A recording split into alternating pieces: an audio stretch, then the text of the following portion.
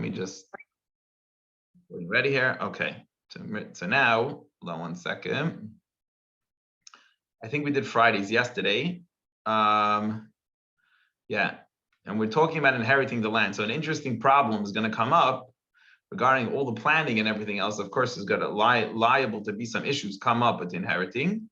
So that's the conversation in today's thing. And also very interesting about cities of refuge. It's actually pretty cool. So basically, we're going to see in the Chumash today that if somebody killed another person by mistake, by accident, not that it was a freak accident, but they could have been more careful, but it wasn't on purpose, then a very fascinating rule Torah has. Then the relative of that person who got killed has a right to kill the person who killed, unless the person who killed by mistake runs to one of the 6 cities of refuge. And he stays there. And if he gets to the city of refuge, and they would make the highway with signs and everything so the guy could get there on time, then the relative cannot kill him unless he steps out of the city. So it's almost like they force the guy into jail, but instead of the police doing it, the relatives of the person are doing it. And then the guy is not allowed to kill him if he's in the city of refuge. And fascinating discussion today about this whole topic of how this works. Let's see inside. As Moshe is standing on the other side of the Jordan River and finishing up the rules and regulations that Hashem are giving him before he goes into his final speech, which will be next week on Sunday. We'll begin Chumash Devarim, finish his whole words and inspiration to the Jewish people. But right now, finishing up this, and then an interesting question that comes up regarding dividing the land, how it's going to work if there's no boys and there's girls. We'll see that soon. Hashem spoke to Moshe saying, David al bnei Yisrael, speak to the Jewish people, and say to them, you're going to go over, you're going to get over this Jordan River and you're going to go into the land of Canaan, into what's going to become Eretz Yisrael. When you get them, you should designate cities, Arim, designate certain cities in your land, Arim Miklat, which will be called cities of refuge. Refuge, I guess, from the killer, from the cities that will guard you. It's like a jail, but it's also protection at the same time. Tiyana Lachem should be for you. And what are these cities of refuge designated as to refuge from what? V'nas shama reitzeach mak nefesh b'shkagan, a person who killed, which is a very serious thing. Someone killed another person, who killed them by accident, should run to those cities of refuge that the Torah is telling us. V'hayu lachem ha'arim l'miklat, and the cities will be a refuge from who? Saving you from what? Megoyel, from the relative who wants to avenge the avenger of his family's blood. So this guy's brother was killed by this person, and he really hates him, and he wants to kill him back. And he's going to chase after the guy who killed his brother, who killed his parent, who killed his child, God forbid, who killed a relative, whatever it is, a relative. And he will run to one of these cities of refuge. So the verse tells us that he will not be killed from the avenger of blood, from the relative, because they will hold him there in that city. It means no one's allowed to touch him, no relative's allowed to do anything to him, because he will be protected there until he stands judgment. So in other words, it's a safety land until now. He got to go before the court, and everyone's going to get their attorneys and prepare the case, try to prove it either way. It was on purpose, it was by accident, but until that time, until they go before the court, they have protection in that city from being killed. And how many cities do I want you to separate? Where it's only one in the center of Israel? No, they were divided with 6 cities throughout the Jewish people. Now, the Jewish people, if you remember, are living right now actually in Transjordan, on the eastern side of the Jordan River, and Israel's on the other side. What's going to happen is they're going to put 3 cities of refuge on the area of the eastern side of the Jordan River where the Jews are currently living. With Moshe still alive in his lifetime, the Jews live, they're going to put up 3 cities. And they're going, when they get into Eretz Yisrael, they're also going to have 3 cities. Now, Rashi is going to say later that it's very interesting. The numbers are not proportioned because only 2.5 tribes live on the eastern side of the Jordan River. How come they're getting 3 while all 9.5 other tribes also only get 3? And he says because that area out of Israel was more of a murderous area. Maybe people weren't as scrupulous as in Eretz Yisrael. Maybe it didn't have the protection of Israel, and therefore it was actually the murder rate was much less in Israel proper, and therefore only 3 were required for all 9.5 tribes that live in Eretz Yisrael, while 3 were required just for 2.5 tribes that lived on the eastern side of the Jordan River. And Rashi is also adding to us here, telling us that although Moshe could already establish, and it did establish the location, perhaps of the 3 cities on the eastern side of the Jordan River, they actually don't take effect till all 6 cities of refuge are set up. So in other words, there's 3 here. Could even be done in Moshe's lifetime before he passes away, before the Jews go into Israel proper. However, they're not really this whole system of protection from the avenging of blood is not in the city, is not in until it's not even in the eastern side until Israel proper gets it. 3 of the cities will be on the other side, on the eastern side of the Jordan River. And 3 of them should be in the land of Israel, in the land of Canaan. They should be cities of refuge. They will all start working and having that protection once they are all 6 set up. Once they get Yisrael and they get all the other 3, then all 6 are in play. For the who does it help? Who does it save? Whether you be a regular Jew, or the convert who lives among them. Everybody should have the opportunity to have these 6 cities. The miklat as a refuge. That anyone who killed another person by accident should be able to go there.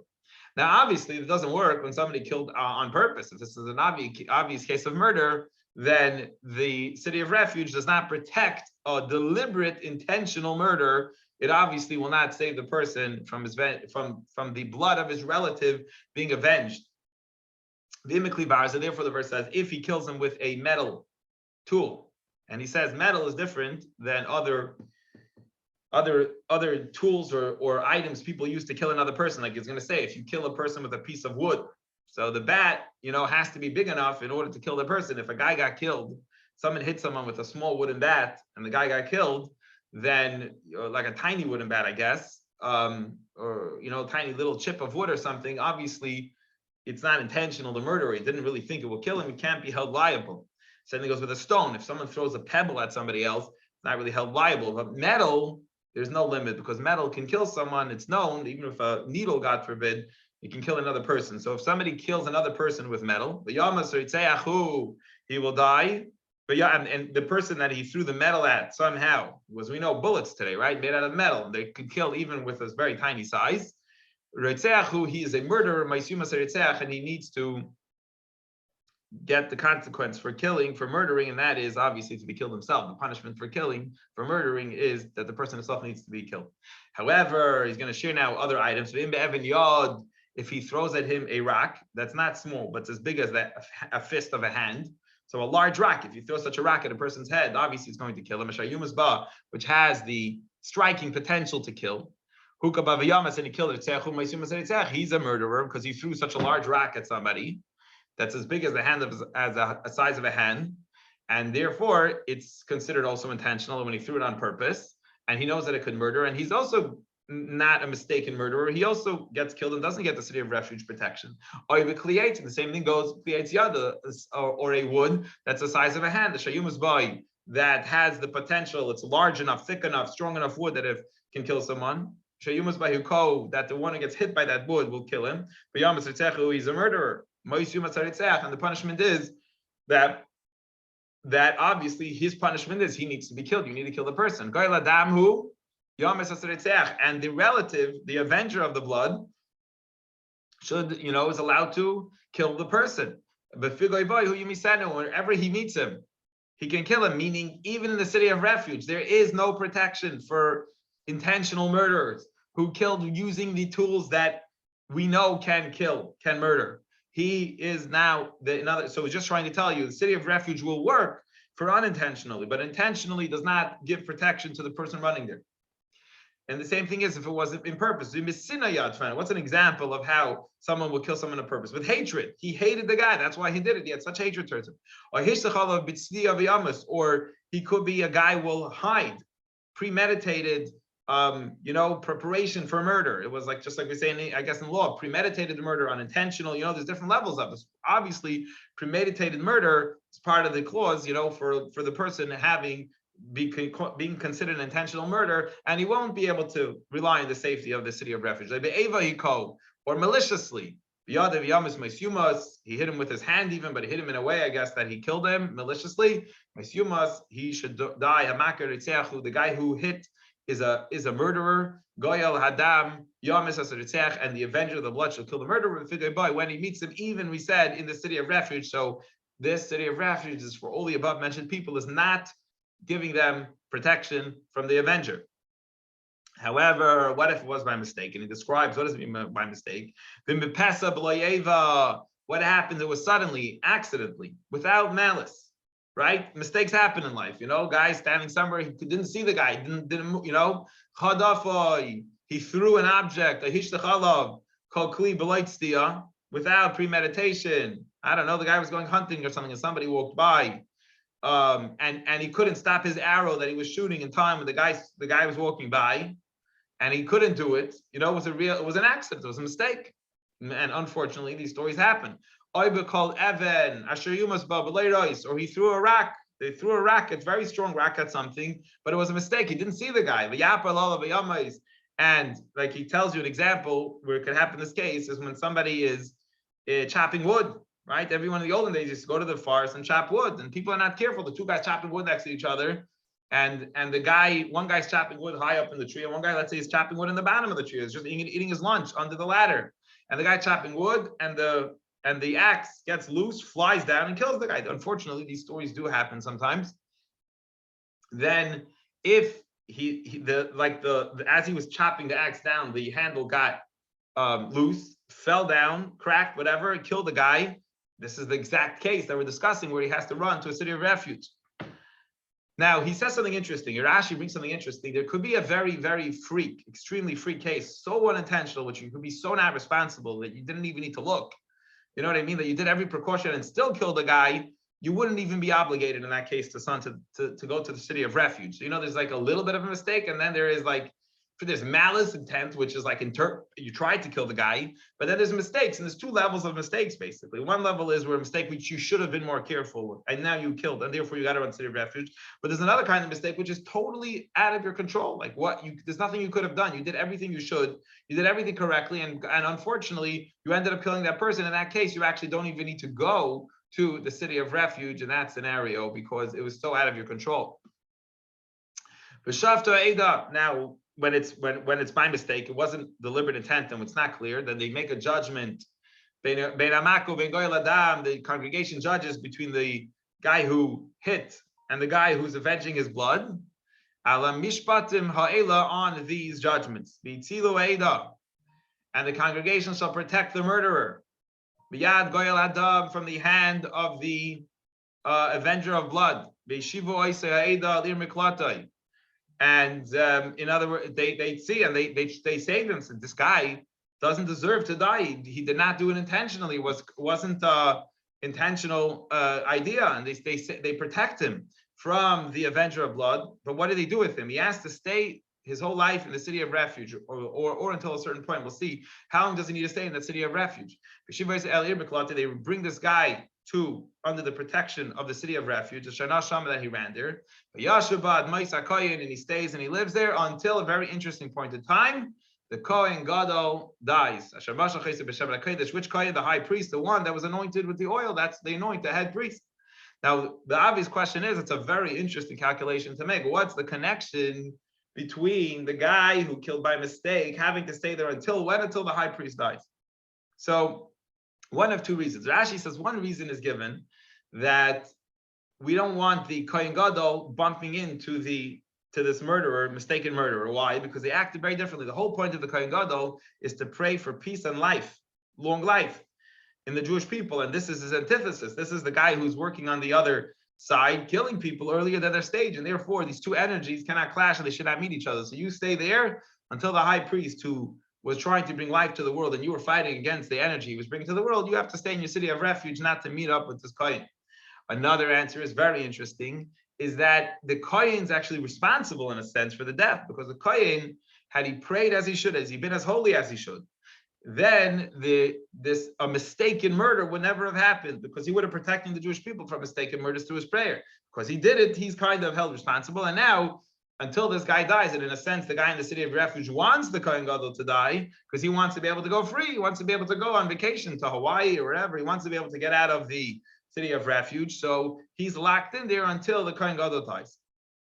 He also brings it. Actually, brings an interesting thing. What happens? An interesting case if the guy killed by accident during the life of one kohen. The kohen died before he had his judgment. By the time his judgment finished, there was already a second kohen gadol in play. Does he now have to wait for the second kohen gadol to die? Does he have really bad luck, and now he has to wait for the second kohen gadol? And the answer is yes. He now has to wait for the death, since his case happened after the death of the first kohen, before the death of the second. Now he has to wait for the death of the second kohen. He can't count to the death of the first kohen. Now, if this guy is not listening to what he should be, he has to stay in the refuge city. If he runs out of the border of the city of refuge which he's there, and the relative catches him, he tries to sneak out, he goes out, and the relative says, "Oh my gosh, you belong in that city." The Gvul Ir Miklati ran out of the refuge city, and he killed him. And he has no blood, meaning that this guy forfeited his own life by leaving the city of refuge. He's not responsible, the avenger of blood. He had to stay in the city. As soon as he left the city, his blood became worthless. He didn't have the value of human life by going out of where he should be. And if the avenger of blood kills him, he will not be considered like he did murder, because the guy doesn't have blood. He's not considered to have human life because he should have stayed there. Because he has to sit in one of those 6 cities of refuge until the Kohen Gadol dies. And only after the Kohen Gadol dies is he allowed to return home to his family, to his tribe, to where his tribe is. There should be the rules and regulations. In your countries, wherever you are, you should follow the rules of the Sanhedrin wherever you are. Now, Rashi just says something interesting from here, that we know that in Israel we have the Sanhedrin, the big Sanhedrin Gedolah was in Yerushalayim, was in the Temple Mount. They had Lishkas HaGazos, they had a room there where they were, and he's telling you that it's just addressing another interesting question. What about when the Jewish community became very big in Babylonia, and there's time, the big Jewish community there, can they create a Sanhedrin outside of Eretz Yisrael? And he says, we learn from this verse, that as long as there is a Supreme Court in Eretz Yisrael, Sanhedrin Gedolah, you can have a small, minor Supreme Court outside of Israel representing, answering certain questions.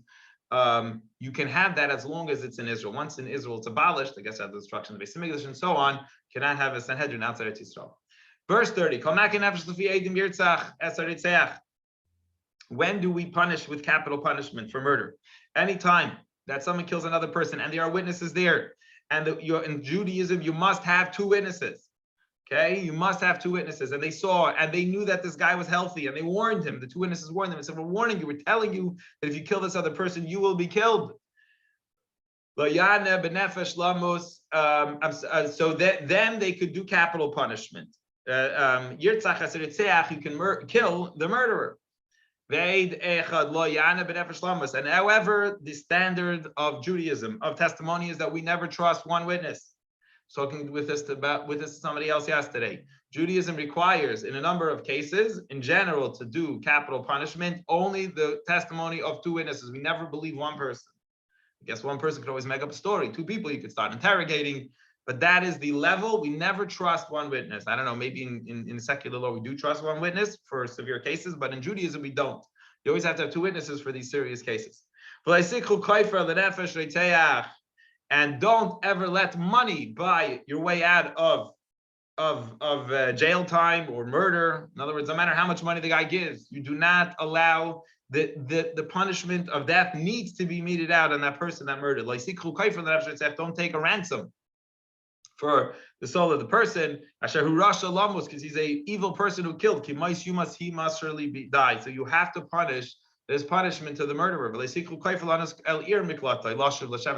same thing goes with going to the refuge city, to the city of refuge. Do not take any money. No kind of money can buy your way out to allow you to live in the public domain. You have to stay in your city of refuge if you're killed by accident until the head kohen, the Kohen Gadol, dies.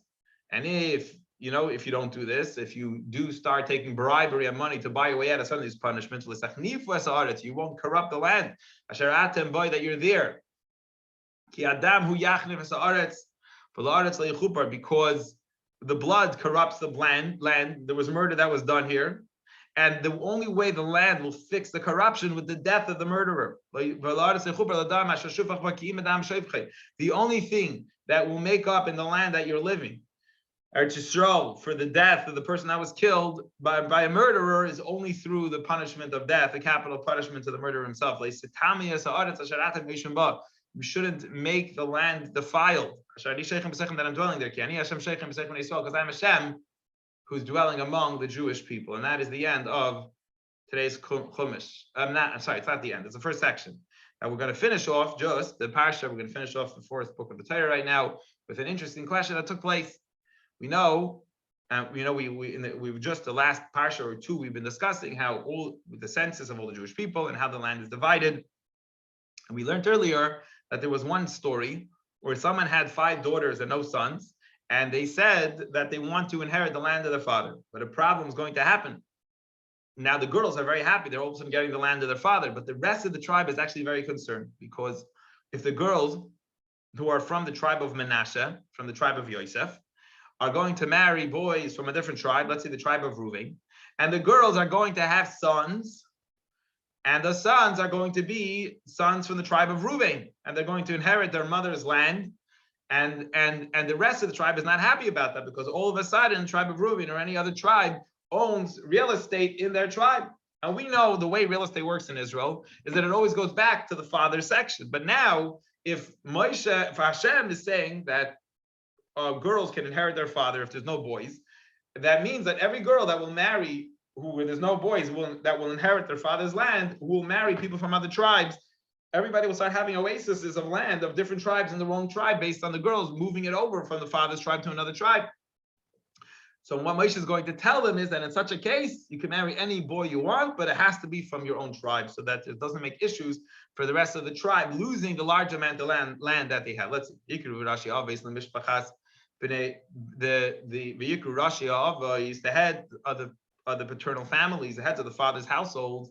When the Mishpachas, which heads of which household? The family of Gilad, who was a son of Machir, who was a son of Menashe, Mishpachas Bnei Yosef from the family of Joseph, right? From that tribe, from that section of Menashe, the heads came up and they spoke to Moshe before the leaders, Rashi Avos Bnei Yisrael, the heads of the father's houses of the Jewish people. And they said, Adoni Tziva Hashem, our master Hashem commanded him. Hashem commanded Moshe. Laseh says Haaretz. Listen, you just finished telling us before. Divide the land based on a lottery. And our master commanded to give the portion of Tzalafcha, remember the father with 5 daughters, to his daughters, right? We'll see their names in a minute again. He's going to mention it. That the girls get the land. And one of the sections of our family portion that goes to the general family will go to the girls. They're going to marry out to other tribes, and that land will go to the other tribes. There will be more property now to a different tribe. And from our tribe, they will lose some of the property because you're going to give it to the other family. And now we know why is this such a big problem? You could always buy it back, but you can't, because we know the Jubilee year rule that we learned earlier in the Torah. When the Jubilee year comes, the Jewish people, the property always goes back. So even if we buy the property back, it's going to go back to the tribe of the husband's son's tribe of their tribe, even if we purchase it. So it's always going to go back in the Jubilee year to the new tribe of the family that the girls marry. And forever, the portion of our land will be removed. So what do we do? There's a problem over here. The girls of Tzalafcha might be happy, but the rest of the tribe, the heads of the tribes, are definitely not happy with the situation. And let me see 1 second. Sorry, I just lost the place here. Yeah, that was verse 4. Vayitzav Moshe Bnei Yisrael. So Moshe commanded the Jewish people based on Hashem's word. He says, listen, they have a good argument. The tribe of Yosef is saying good words. There's an issue here. There's a serious issue that we got to deal with. But this is what Hashem commanded the daughters of Tzalafcha. You can marry whoever you want, become wives to anyone. However, you're limited to marry only somebody, a boy from your father's tribe. You got to marry someone from the tribe of Menashe. So that real estate won't start getting mixed up and moving from one tribe to another. Someone will collect land of another tribe, because everyone's inheritance should continue along the family lineage from father to son.